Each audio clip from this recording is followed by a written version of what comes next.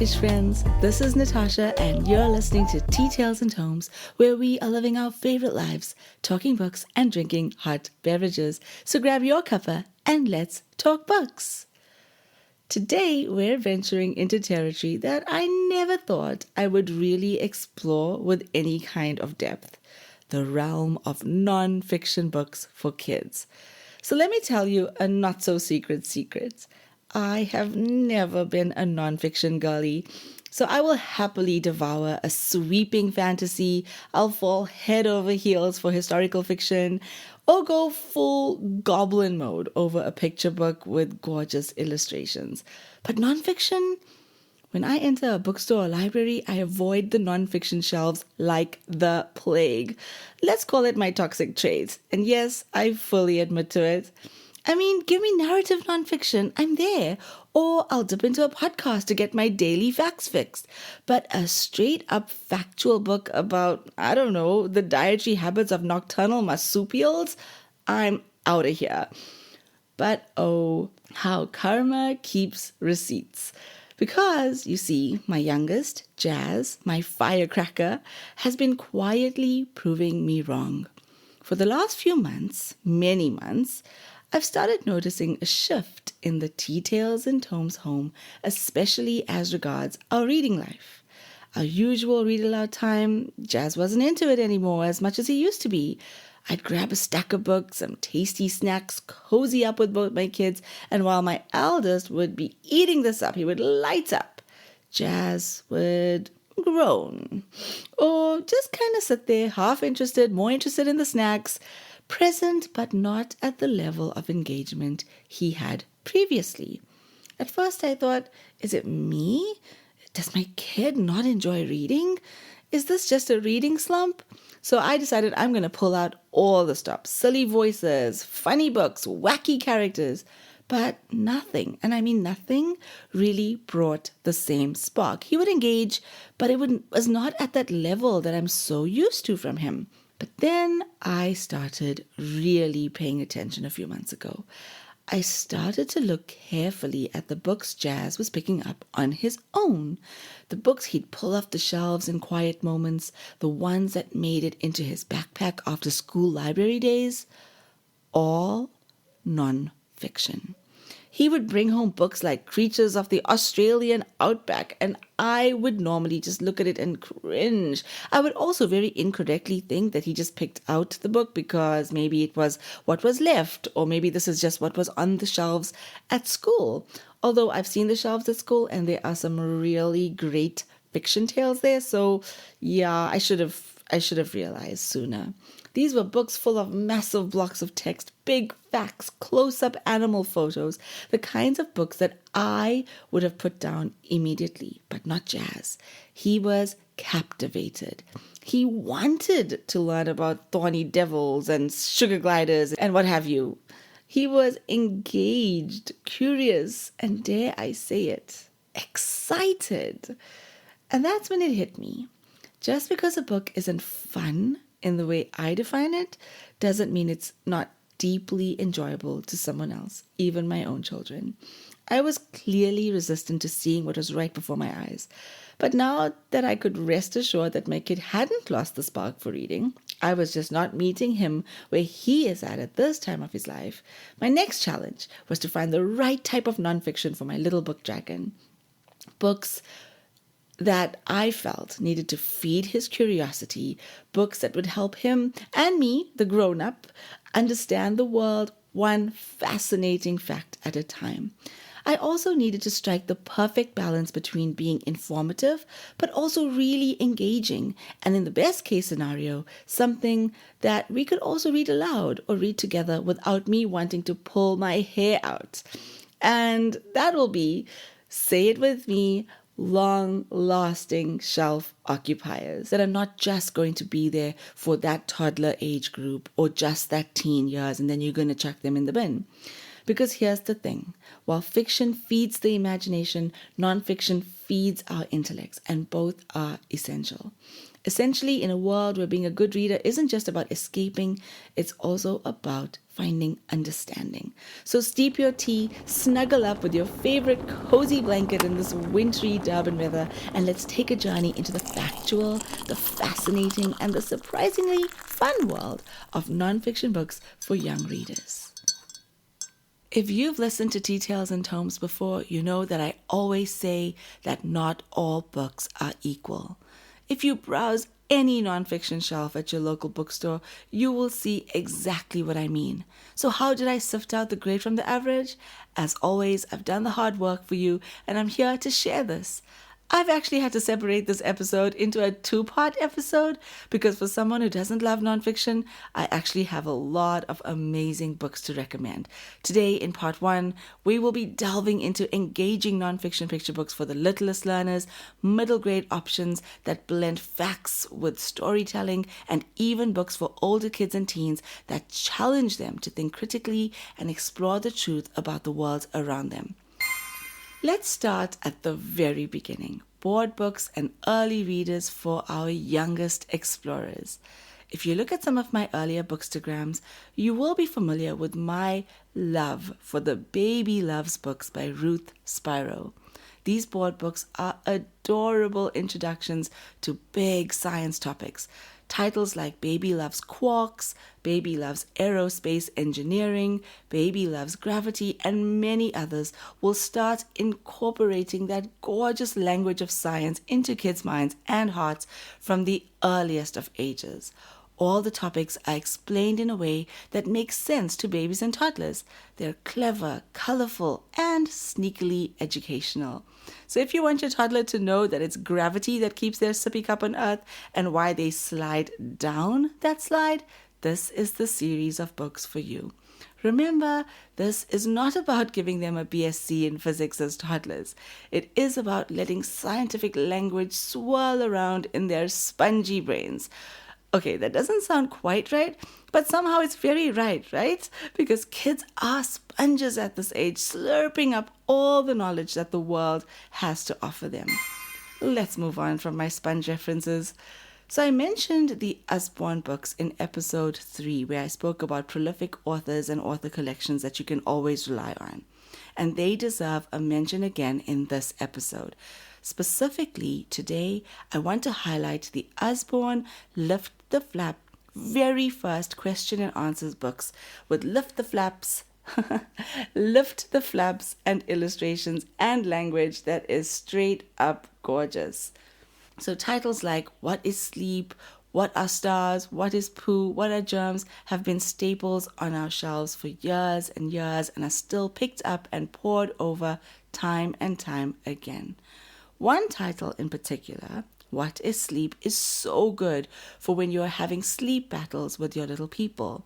Using friendly illustrations, it speaks to why sleep is so important for us to rest, to heal, to help us function, to help us remember things on a daily basis, and all done in a way that draws in those little eyes. And did I mention that the books are all plain gorgeous? Once this episode airs, I will post a few reels on my Bookstagram. That's at Tea Tales and Tomes on Instagram, showing you the inners of all the books mentioned here so you can see for yourselves what I mean. So from these very first Lift the Flaps books, you can then move on to the first Lift the Flaps question and answers for slightly older kids, exploring titles like What are viruses? How do I see? Why do I need to go to school? And ultimately to the older Usborne See Inside series, which delves into things like world religions, art, how things work, weather and climate, and even a book all about the periodic table. And all done in a way that is accessible and hugely interesting that you truly won't want to put these books down. So I invite you to look at what Usborne has to offer and see what will be interesting to you and your little readers. I'm going to list all of these titles in the blog post for this episode so you don't have to write these down like I always do. So from here, another non-fiction collection that I find genuinely interesting and makes for great read-alouds, very important, and that also has amazing longevity. These are the National Geographic Little Kids First Big Book of series. That's the National Geographic Little Kids First Big Book of. So it will be things like Little Kids First Big Book of Oceans or First Big Book of Reptiles and Amphibians, etc. You cannot go wrong with these. The first big book of titles span everything, like I said, from oceans to space to why things go boom, with bold photographs, bite-sized facts, and engaging layouts. These are perfect for curious minds. And the best part, they grow with your child. So my kids are currently obsessing over Little Kids' First Big Book of Dinosaurs. Kids and Dinosaurs. Last month's obsession was Little Kids' First Big Book of Who, which goes into many key people from history, like Leonardo da Vinci, King Tut, Malala Yousafzai, Amelia Earhart, and much, much more. These books make for the best dinner conversations and reasons to go look for further information. Another series we love is from the publishing house called Miles Kelly, and it's called Curious Questions and Answers. This is great for that golden age of curiosity when kids ask why and how and who 100 times a day. The books are pure Q&A gold. They ask and answer the questions that kids really want to know, like why don't penguins get cold, or what would happen if the earth stopped spinning. They're bright, cheeky, and really fun to flip through. They make for great independent reading and conversation starters. The reason I like it is because the information is bite-sized. It doesn't make me feel overwhelmed when I'm reading it aloud. The illustrations are quirky, and the format feels very personal and very inviting. Another truly inspiring, totally wacky series is called Animal Battles by Kieran Downs. So if your kid is into dinosaurs or gladiators, this series is kind of like WWE meets the animal kingdom. It sets animals against each other in fantasy battle scenarios. Yes, you heard me correctly. Think tiger versus alligator, skunk versus raccoon, praying mantis versus black widow spider. And then the author uses real science to determine who'd win. It's fact-packed, fast-paced, and delightfully dramatic. The theoretical battles are wildly, wildly entertaining. So each book has 4 short chapters. They're called The Competitors, Secret Weapons, Attack Moves, and lastly, Ready, Fight. And they're packed with photos, infographics, facts, and stats, ideal for reluctant readers and visual learners. If you think that this sounds really kooky, let me tell you that Jazz has gone through all of these books multiple times already, and he can tell you which animal will win and give you a very scientific explanation for why, based on physiology, habitat, and diet. And then, like a true scientist, he extrapolates all this information to other creatures, like putting dinosaurs against each other or Ice Age mammals throwing down. I have to sadly hear all about these battles on all my long drives with this little monster. But, I say this really scornfully, but I'm secretly in awe that books like these exist. They are real masterpieces, again, meeting kids exactly where they are at. And while we're on series, and ones that are not the usual fare, for the slightly older kids, I'm thinking 7 or 8 and up, I cannot recommend the science comic series enough. Graphic novels meet science lessons in this brilliant series that covers everything from volcanoes to the solar system to the science and engineering behind skyscrapers. There's so many great topics. Science comics, cats, bats, and even a volume on the human brain. So each book, and this is the wonder of it, right? Each book reads like a story with characters, humor, and action, all the while delivering real, accurate science. Honestly, I love them just as much as the kids do. I say they're for older kids because they are slightly longer than the books I've mentioned previously, and it does help when kids can read for themselves because it will be a very, very long, multiple day read aloud. Also, Older kids will be so captivated by the books that you reading them aloud over a few days or nights might result in some frustration because they will not be able to wait to get to the next page. Independent readers are going to adore getting their non-fiction dose in this way. Another great graphic novel that has just come out is by Tonya Bolden and David Wilkinson. It's called Black Lives, Great Minds of Science. This book joyfully celebrates the contributions that scientists of color have made throughout history. Importantly, these are not names that many people will learn about in school.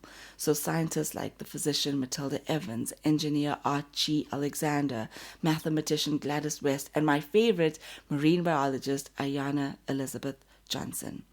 An anthology that is in the similar vein to this is Goodnight Stories for Rebel Girls by Elena Favilli and Francesca Cavallo. I'm probably pronouncing those surnames completely wrong, and that's exactly what happens when you are a reader, is that you end up pronouncing things the way you see them written on the page, so do apologize. I have 2 boys, and they love these stories and will often pick these off the shelves for themselves.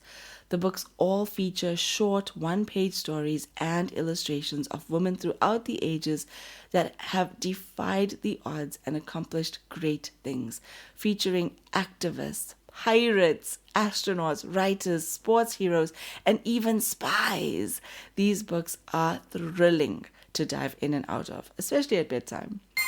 My last trick for today is Bill Bryson, because I simply cannot do an episode on nonfiction and not feature one of my all-time favorite writers. I know. I said that nonfiction is not my thing, but Bill Bryson is so amazing as a writer that it's impossible not to fall in love with all of his books.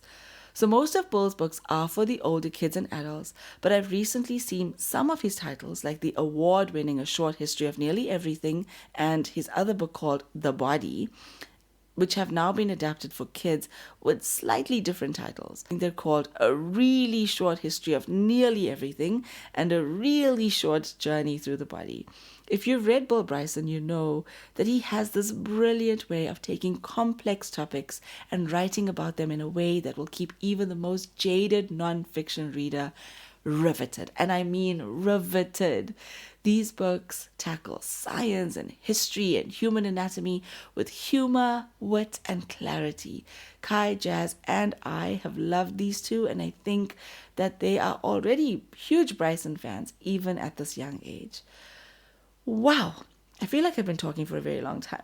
So for someone who doesn't really enjoy nonfiction, I sure have had a lot of recommendations to make. You can rest assured that anything I have chosen to talk about today are truly great reads. I have also chosen books and series that have a wide range of topics so that you can look at the titles and see which one appeals to your specific interest and, of course, that of your child. In part 2, I am moving off series and I'm going to look at books with big ideas and beautiful illustrations. Literally where nonfiction meets art that will imprint itself on you and your family of readers. Also in part 2, I'm going to give you a guide of what to look for when going down the nonfiction road yourself. Essentially, how to sift out the twaddle from the gems. So thank you for being here talking books with me, and don't forget to join us next time for more bookish wonder.